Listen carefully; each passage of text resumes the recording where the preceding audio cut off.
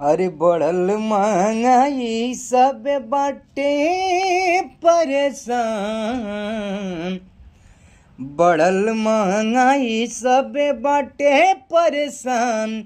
जान मारेला दुनू बेला महंगा सामान। जान मारेला दुनू बेला महंगा सामान। जान मारेला दुनू बेला। अरे आलू पियाज सब कुछ भैले दूना दून हो। कई 100 रुपया किलो बिकल लहसुन हो। अरे सब्जी खरीदला पे खड़ा होला काम। अरे सब्जी खरीदला पे खड़ा होला कान। जान मारेला